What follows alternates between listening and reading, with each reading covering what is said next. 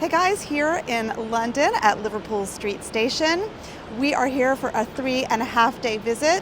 I'm so excited to share with you all the fun things that we are going to see, do, eat, and drink here. So, as with Rome and Florence and any other big city, you really can't see it all in 3 days, but we are going to see a lot. Now, we have come here without booking any of the major sites. We just have one restaurant booked. So we are not going to be seeing some of those must-see sites like Buckingham Palace or Westminster Abbey, but we have a lot of great sites that we are going to be visiting and sharing with you. So let's get started. The wait is over, the thrill is young.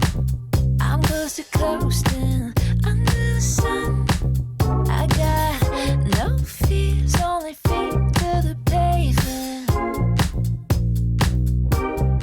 I'm activated, change from within.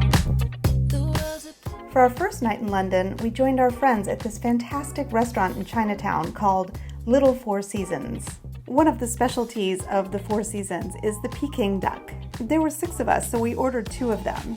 It was a real treat to watch our waiter do his thing and prepare the duck so that it was ready to go into those lovely steamed pancakes with the scallions and the duck sauce.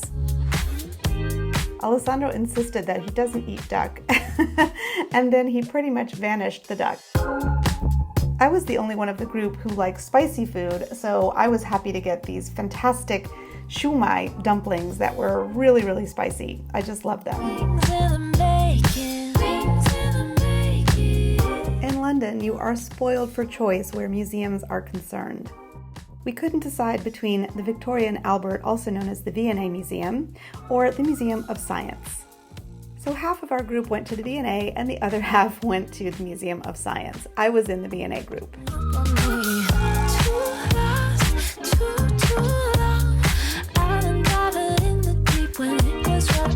One of the reasons that I chose the V&A was because I wanted to see the room with the Raphael cartoons.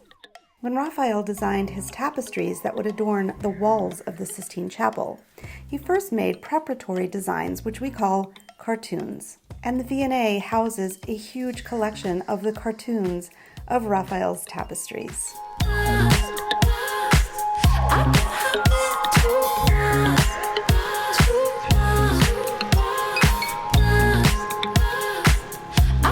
One of the things that I was sort of shocked by was this area where they have a lot of plastic models of things from Rome and Florence. They also have a whole section that has Michelangelo's sculptures grouped all together. They even have beautiful facilities for eating in. There's one stunning room that just makes you feel like you're eating in a palace.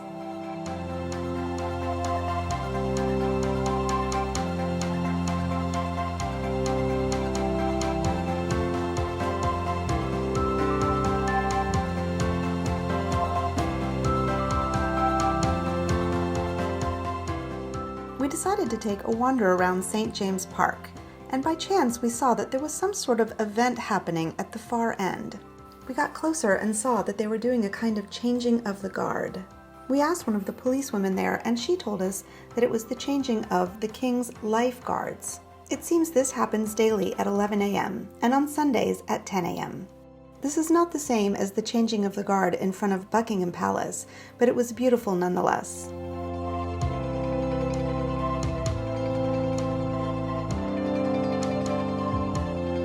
Guys, I hope you're enjoying this video. If you are, please hit that like button below and consider subscribing. Thanks so much.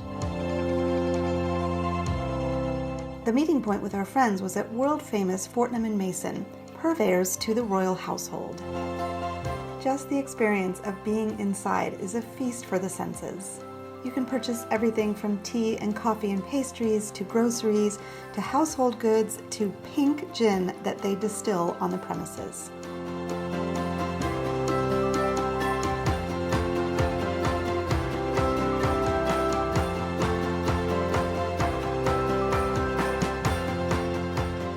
In the evening, we headed over to Battersea Power Station. The decommissioned power station has been turned into a beautiful shopping mall. And all along the waterfront, there are bars, restaurants, and lots of places to just enjoy the view. We went to the Wright brothers for seafood dinner, and it was absolutely fantastic.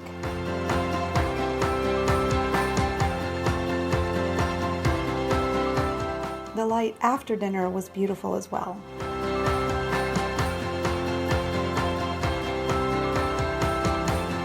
On our last day, we visited Borough Market, which was absolutely amazing.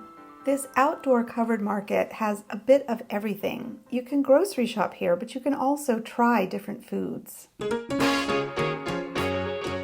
As you might expect, there was plenty of cheese from France, there were olives and lots of cold cuts from Italy, but there was also food from Croatia, Iraq, Israel, Japan, Spain, you name it. You could find pretty much anything you want at Borough Market. Borough Market is such an easy place to visit, and it's so much fun, and you can turn it into a full meal.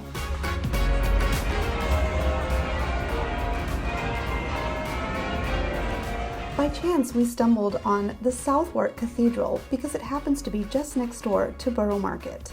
This absolutely beautiful cathedral was once the parish church of William Shakespeare.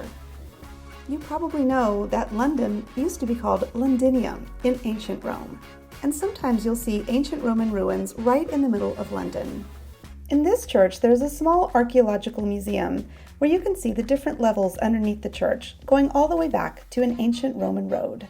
One of the best things we did in London was to visit the Churchill War Rooms. This is not one of London's free museums, but it is well worth the visit. This is the actual space underground in a bunker where Winston Churchill directed World War II. The rooms are just as they were during the war. It is really, really amazing. They use mannequins to set the scene, but really the whole ambiance does give you a sense of what it was like. The museum also has a large space that showcases the life of Winston Churchill. Many of you visit my channel to see content about Rome, Florence, and other parts of Italy. I also have a playlist with videos from outside of Italy. Please let me know what you thought of this video in the comments below. I would love to hear from you. In the description below, I've got links to all the places we visited, where we stayed, and where we ate and drank.